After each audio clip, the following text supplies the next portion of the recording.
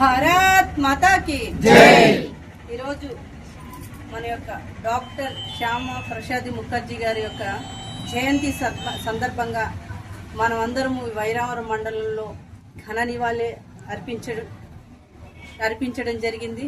అదేవిధంగా ఈరోజు శ్యామ ప్రసాద్ ముఖర్జీ కోసం తెలుసుకోవాల్సిన విషయం మనందరి ఈ బూత్లో ఉంది కాబట్టి శ్యామ ప్రసాద్ ముఖర్జీ గారు ఈరోజు మనం ఏ మీటింగ్ పెట్టినా కూడా మన యొక్క మీటింగ్ లో ఒకవైపు శ్యామ ప్రసాద్ ముఖర్జీ గారు ఉంటారు, మధ్యలో భారత మాత యొక్క ఫోటో ఉంటుంది, తర్వాత దీన్ దయాళ్ పండిట్ గారి యొక్క చిత్రపటం ఉంటుంది. ఇలాగా ఈ ముగ్గురి ఫోటోలు మనం పెట్టండి మన కార్యక్రమం ఏది కూడా ముందుకెళ్ళినటువంటి విధానం. అయితే ఇందులో మన వైపు ఉన్న శ్యామ ప్రసాద్ ముఖర్జీ కోసం మనం ఈరోజు తెలుసుకోవాలి. ఆయన జయంతి సందర్భంగా ప్రతి ఒక్కరు కూడా శ్యామ ప్రసాద్ ముఖర్జీ గారు జనసంఘ్ స్థాపకుడు ఆయన. అయితే మన జనసంఘ్ స్థాపకుడు ఆయన. అదేవిధంగా ఆయన మన దేశం కోసం ఎంతో పోరాటం చేసి ప్రాణత్యాగం చేసినటువంటి గొప్ప మహనీయుడు ఆయన. మన జమ్మూ కాశ్మీర్ అంటే 370 ఆర్టికల్ ఏదైతే ఉందో దానికోసం ఎంతో అంటే మన భూభాగం మనలో ఒక జమ్మూ కాశ్మీర్ భాగం అయినప్పటికీ కూడా మన దగ్గర లేదనే దానికోసం ఎంతో పోరాటం చేసినటువంటి మహనీయుడు. ఈ రోజు 370 ఆర్టికల్ మన దేశ ప్రధాని గారు దాన్ని రద్దు చేసి ఈ రోజు ఆయనకి ఒక మంచి ఘనని అంటే ఆయన చేసిన పోరాటంలో ఈ రోజు సాధించుకున్నాము కాబట్టి ఆయన దేశ ప్రధాని గొప్ప నివాళి మనం అర్పించినట్టు. ఎందుకంటే ఆయన సంకల్పం ఈ రోజు నెరవేర్చింది 370 ఆర్టికల్. అలాగే చూసుకున్నట్లయితే మన శ్యామ్ ప్రసాద్ గారి ముఖర్జీ యొక్క నినాదం ఏంటంటే ఒకటే జెండా ఉండాలి, ఒకే దేశం ఉండాలి, ఒకే ప్రధాని ఉండాలి అనేటువంటి ఒక నిదానం. అంటే 2 జెండాలు ఉండాలి, 2 ఇద్దరు ప్రధానులు ఉండాలి, 2 రాజ్యాంగాలు ఉండాలి అనేటువంటి విధానం ఉంటే అది కరెక్ట్ కాదని ఒకే జెండా, ఒకే దేశము, ఒకే రాజ్యాంగము ఉండాలి అనేటువంటి ఒక నినాదంతో మన యొక్క శ్యామా ప్రసాద్ ముఖర్జీ గారు ముందుకు కొనసాగడం జరిగింది.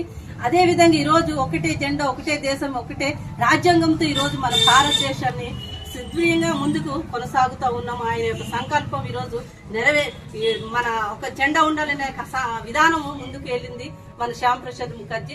అదే విధంగా చూసుకున్నట్లయితే ఈ రోజు పశ్చిమ బెంగాల్ ఏదైతే ఉందో మన కోల్కతాలో మన శ్యామ్ ప్రసాద్ ముఖర్జీ గారి యొక్క జన్మస్థానం పశ్చిమ బెంగాల్. ఆ ప్రాంతంలో ఈ రోజు భారతీయ జనతా పార్టీ జెండా ఎగిరి 75 ఏళ్ళు అయింది.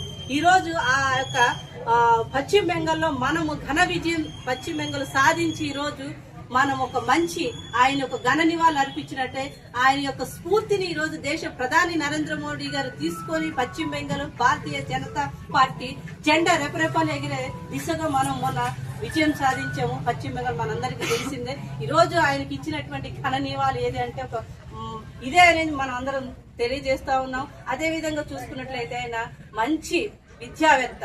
ఈయన అప్పట్లోని మన నెహ్రూ నేతృత్వం ప్రభుత్వంలో ఉన్నప్పుడు ఆయన యొక్క నినాదాలు, ఆయన ఉన్నటువంటి ఏదైతే రాజ్యాంగ విధానం ఉందో అది నచ్చగా బయటకు వచ్చి ఆ టైంలో జనసంఘ్ అనే పార్టీని ఏర్పాటు చేసుకొని స్థాపకుడిగా ఉన్నారు. ఆయన మరణము చాలా వింత అయినటువంటి మరణం. ఎందుకంటే ఆయన ఆ రకంగా దేశం కోసం పోరాటం చేస్తున్న మహనీయుణ్ణి మన జైల్లో పెట్టి అనుమానాస్పదమైన విధానంగా ఆయన అనేక పాయిజన్ ఇంజక్షన్ లాంటివి ఇలాంటి ఇచ్చి ఆయన మరణం కూడా ఇప్పటికీ తెలియనటువంటి పరిస్థితిలో ఈ రోజు అలాగా ఉండడం జరిగింది. ఆ రకంగా జైల్లోనే ఆయన మరణించడం జరిగింది. కాబట్టి ఈ రోజు మనము ఆయన స్ఫూర్తిని తీసుకొని ప్రతి ఒక్కరు కూడా ముందుకెళ్లాలి. ఆయన స్ఫూర్తిని తీసుకొని ఈ రోజు దేశ ప్రధాని ముందుకెళ్తూ మంచి భారతీయ జనతా పార్టీ కార్యకర్తలు అదే స్ఫూర్తితో ముందుకు నడిపిస్తున్న గొప్ప నాయకుడు మన దేశ ప్రధాని అయితే ఆనాడు మన శ్యామ్ ప్రసాద్ ముఖర్జీ గారిని తెలియజేసుకుంటూ మనం ఆ దిశలో ఆ స్ఫూర్తిని నింపుకొని మనం అందరం ముందుకెళ్లాలని భారతీయ జనతా పార్టీ కార్యకర్తలందరినీ